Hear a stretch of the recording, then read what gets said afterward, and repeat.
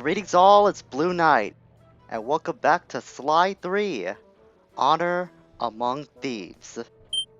Previously, we went to the police headquarters to find Dimitri, a former rival of the Cooper gangs, and we struck a deal with him that eventually led us to meet up with Murray.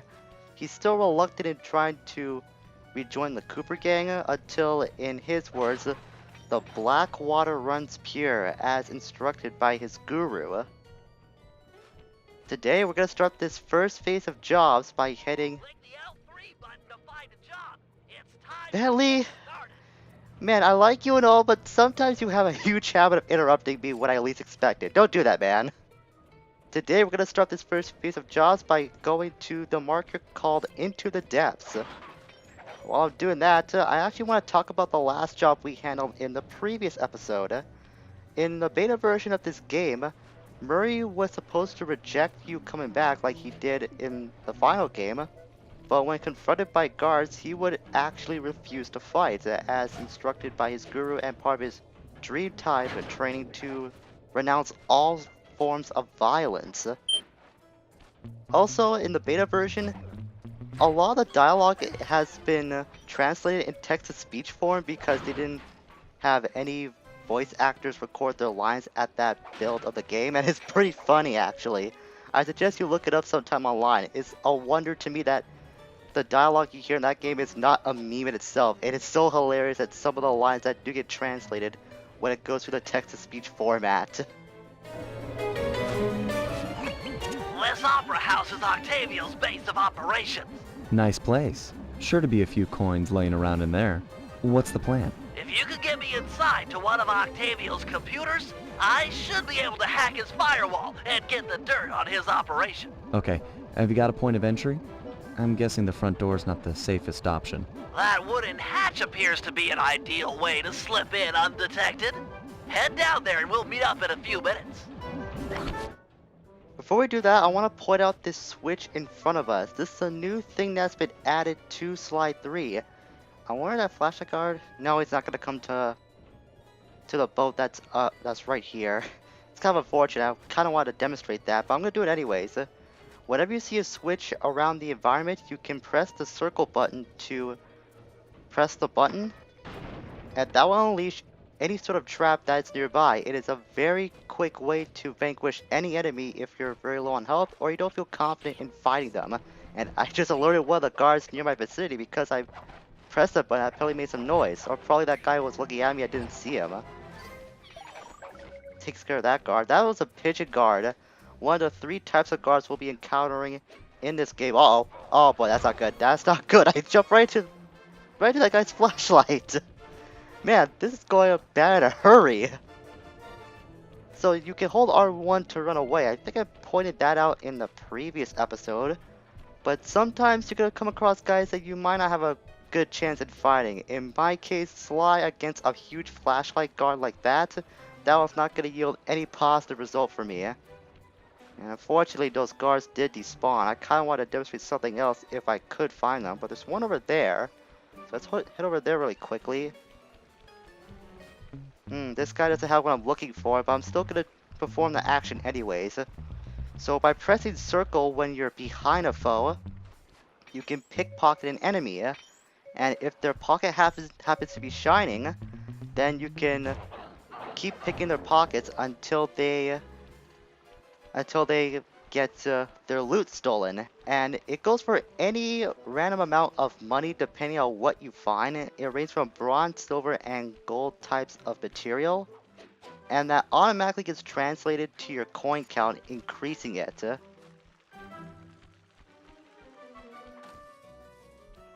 Octavio is known to rely on 3D technology to secure his property.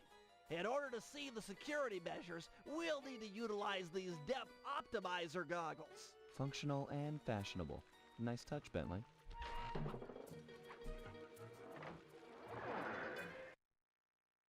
And we'll be running into yet another new feature of the game. This 3D spectacle that was added in for Sly 3. And to my recollection, it's the only title in the series that has that. I don't know if the game afterwards does have any 3D capabilities. I'm not too sure. To open this door, we'll need to press the 3D security buttons at exactly the same time. Okay? On my 3. 1, 2, 3. Nice. It might take a few tries for you to get used to this 3D synchronizing button thing, but you'll get it down after a while, and it actually doesn't come up that much after this job. I can remember one other instance where it does, but it's not a common occurrence. So you don't have to worry about it too much. You can retry it as many times as you want if you do keep failing at that over and over again. So the whole 3D thing is actually still compatible with 3D TVs if you're playing the HD collection of this game.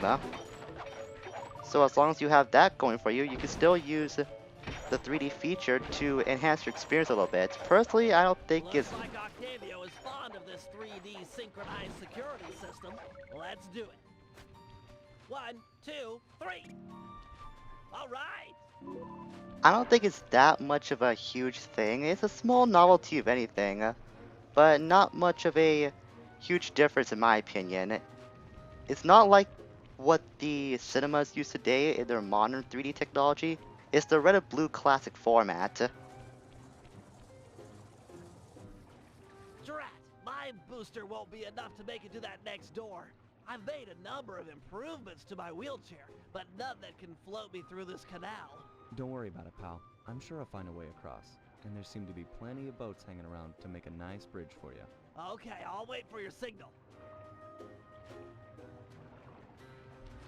Okay, so now we gotta make a path for Bentley to get to the other side over there where that door is. Actually, this is a good time for me to show off the binocucom. If you click R3, you'll be able to zoom in and out. Fine associates, Octavio here. I'm pleased to report that the tar suction levels are at all-time high. However, it saddens me to report that some of you haven't been keeping in time with the orchestra. You know what I mean. I'd like to see Mark, Raphael, and Julius in the main vacuum room immediately. We're gonna discuss your Untitled package. And if any of you catching these boys, make a run for it. Well, shoot 'em in the back. Apparently, this is Interrupt the Commentator Day today. I clearly didn't get the memo for that. So as I was saying, you can click R3 to enter the binocucom, and push the right stick up to zoom in, and pull it back to zoom out. If you use this on a rooftop, it's kind of a helpful way to get a better view of what you want to find or where to go. But like I said last episode, just using the pinging feature and moving the field camera is a lot more helpful. You really don't need the binocucom for that unless your eyesight isn't that good. And the cool thing is, with Sly's case, you can enter the binocucom at any time no matter what position you're at, whether you're staying on the ground, on a spire point, or whether you're on a pipe like I was just moments ago. You can access the binocucom at any time. And in the case of jobs, it does display a small description of what you have to accomplish at that current time. So it is pretty handy, like I said, but I don't use it that much because the peek feature is good enough for me. So hold down the circle button to sidle along walls. We did see this back in the prologue.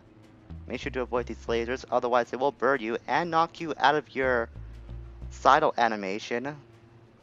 And you might end up falling in the water too if that happens. If that does occur, then you'll be sent back to the last bit of solid ground you were standing on. Thankfully that didn't happen in my case since I was being really careful about that. That door ahead of you is reinforced. We'll need to bomb our way through it. And wherever you get behind this guy, if I can show off something else. Yeah, I can, he hasn't seen me yet. Oh wait, never mind, he did. Guess I wasn't completely behind him. And he walked into the water. Oh, what a fool. Thankfully got knocked over to there, then so just walked off. So be careful when you do knock enemies into the water. Like we saw, it can instantly kill them. But remember that Sly, or any members of the Cooper gang for that matter, cannot swim.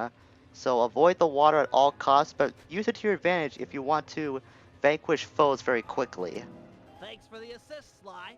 Maybe I can return the favor with some well-placed explosives.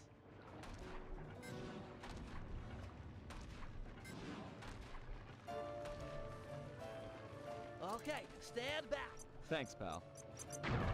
I was trying to demonstrate a sneak attack move that I did show off a few minutes ago on one of the bigger flashlight guards when I was getting into this, I guess, cellar of sorts. I'm not sure what it is exactly. This door is made of 4-inch thick bulletproof plexiglass. My bombs won't make a dent. See if you can find a way around it through that ventilation shaft. Well, nice of you two to stop by for a little fatherly advice. Julius made a run for it, and, good. Now, normally I'd whack a ball, yeah. But it's a carnival, and I'm feeling charitable. So I think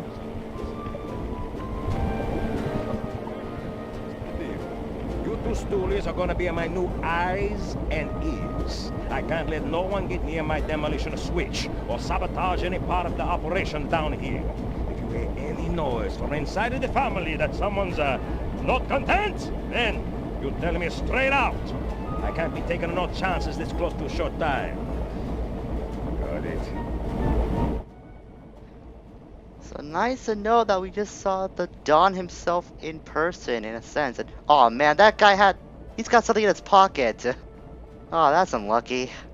So if you ever see a guard with a shining pocket like we just saw, then you can pickpocket that guy to get some loot. And like I said, if you find loot, then you'll get some extra cash out of the deal.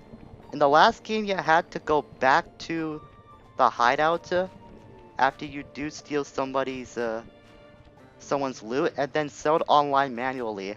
That's not the case in this game. It's been streamlined so when you do pickpocket someone to get their prized possession, then it will automatically be converted to coins for you to collect on the go. It's a very, very simple thing that they did, but very handy.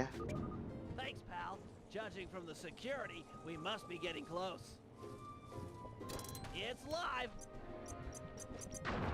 So what I did to that cat guard just a few moments ago was called the slam move. What you have to do is get behind an enemy without being detected, and then you hit triangle to knock them into the air, followed up by hitting square to slam them down. It's a very easy move to execute. The timing on that is not very strict, so don't worry about that if you're gonna think you'll have trouble in using that move. Keep in mind though, the slam move does make noise, so if you do that near another guard, then they'll be alerted to your position. And this time we can't sneak attack against these two cat guards, so we gotta fight them manually. This will be a good time to show off the combat controls, as a matter of fact. So face to face with an enemy, you'll enter a automatic combat stance, and you can use left or right to sidestep around the enemy. Square obviously does swing your cane, but triangle sets you up for a charged attack. This can unleash a spin attack, which by hitting triangle you follow it with square. I'm doing really bad right now. Did I get both of them? No, I got only one. I thought I got two of them. So if you do that... No, the other thing's not available yet. Alright, so I have to purchase that later on. There's another move you can use, but I guess you have to buy that first. I thought it was automatic to you when you first play a slide. I guess it's only the spin attack that's available to you off the get-go. Synchronize watches and 1, 2, 3. We're in.